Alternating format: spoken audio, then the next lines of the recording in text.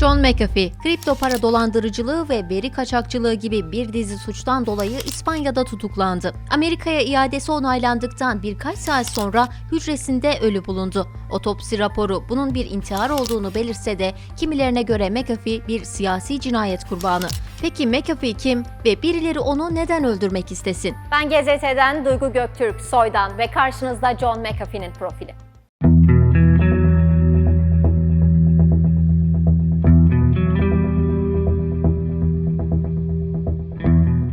Hükümetler diğer hükümetleri gözetliyorlar, kendi vatandaşlarına casusluk yapıyorlar. Her hükümetin içindeki departmanlar diğer departmanları gözetliyor. Bir şüphe çağında yaşıyoruz. Komşuların komşuları gözetlemesi an meselesi ve çocukların ebeveynlerini gözetlemesi. McAfee Twitter hesabından yaptığı bir paylaşımda bunu söylüyordu. Çizdiği protest imaj ortaya bir kahraman çıkarıyordu. İntiharının kamuoyunda şüphe oluşturması da bu yüzden oldu. Teknoloji konusunda bir dahi olan McAfee bazı gizli bilgiler biliyordu ve bu sebeple öldürüldüğü iddiası kısa sürede sosyal medyada yayıldı. Yarı İngiliz, yarı Amerikalı bir ailenin çocuğu olarak dünyaya gelen McAfee, çocukluk yıllarını Amerika'nın sahil eyaletlerinden Virginia'da geçirdi. Babası hem alkolikti hem de kendisine ve annesine şiddet uyguluyordu. Ancak McAfee'nin babasıyla ilişkisi çok uzun sürmedi. 15 yaşına geldiğinde baba McAfee kendisini vurarak intihar etti. Babasının kendisine bıraktığı tek miras da alkol ve uyuşturucu oldu. Eğitim hayatında son derece başarılıydı ancak hayatı da bir o kadar dejenereydi. 1960'larda Louisiana Devlet Üniversitesi'nde doktorasını yaptığı sırada bir lisans öğrencisiyle tez karşılığında gayri ahlaki ilişki yaşaması McAfee'nin akademik hayatını bitiren olay oldu. McAfee akademiden atıldıktan sonra hızlı bir şekilde iş hayatına girdi. NASA, General Electric, Siemens, Univac, Xerox gibi şirketlere programlama yapmaya başladı. Ancak dejenere hayatı peşini burada da bırakmadı. 80'li yıllara gelindiğinde uyuşturucu ve alkol problemi iyice artan McAfee önce karısı tarafından terk edildi, ardındansa çalıştığı işlerden tek tek atıldı. 1987'de kendi siber güvenlik firmasını kurdu. Kısa sürede yüksek karlar yapan şirketindeki hisselerini 1994'te sattı ve bu satışla birlikte dolar milyonerlerinin arasına girdi.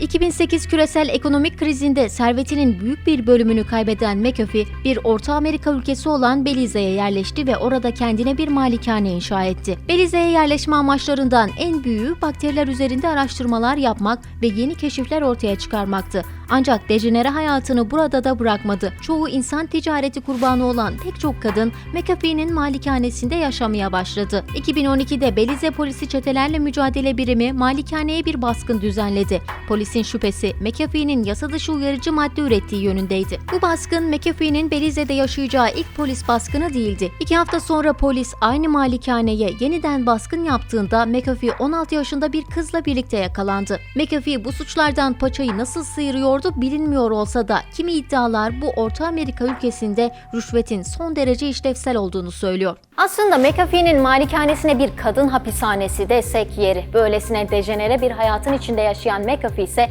kendisiyle görüşen gazetecilerin izlenimleriyle yalanda çok başarılı bir manipülasyon ustasıydı. Yani teknoloji anlamında deha denecek düzeyde başarılı bu isim insani ilişkilerinde ise dejenere bir sapkınlığın içindeydi. McAfee'nin Belize'deki komşusu evinde ölü bulundu. Polis şüphelilerden biri olarak McAfee'nin de ifadesine başvurmak istedi. Cinayetin zanlısı olarak aranmamasına, sadece ifadesinin istenmesine rağmen polise ifade vermemek için önce saklandı, sonra Guatemala'ya kaçtı.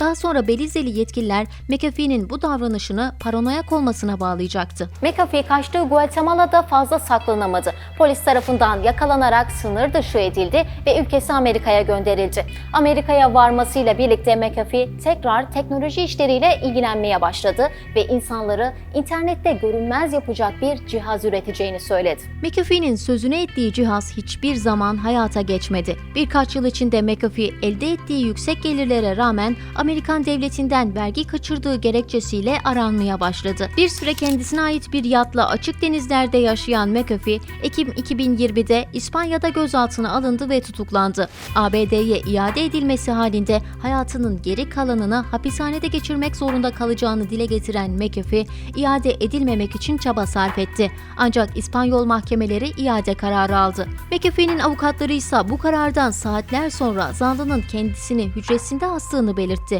Otopsi raporu da intiharı doğruladı. McAfee'nin teknoloji konusundaki dehası ve devlet karşıtı protest yanı onu kamuoyunun gözünde WikiLeaks'in kurucusu Julian Assange benzeri bir figür haline getirdi. Bazı çevreler ölümünün arkasında bir komplo olduğunu öne sürdü. Bu iddiayı dile getirenlere göre McAfee ölümünden önce bir paylaşım yaparak başına bir şey gelmesi halinde geride 31 terabaytlık bir dosya bıraktığını söyledi. Adres olaraksa geçtiğimiz günlerde Miami'de çöken 12 katlı binayı gösterdi. Yani McAfee'yi öldürenler dosyalarını tuttuğu binayı ise yıktılar. Ancak bu iddiaya konu olan paylaşım internette sadece görsel olarak mevcut. Yani McAfee'nin profil sayfasında böyle bir paylaşım bulunmuyor. McAfee üzerinden yürütülen tartışma daha çok konuşulacak gibi duruyor. Biz bu ismin kim olduğunu her yönüyle aktarmaya çalıştık. GZT Profil'in yeni bölümlerinde merak edilen ve konuşulan yeni isimlerle karşınızda olacağız.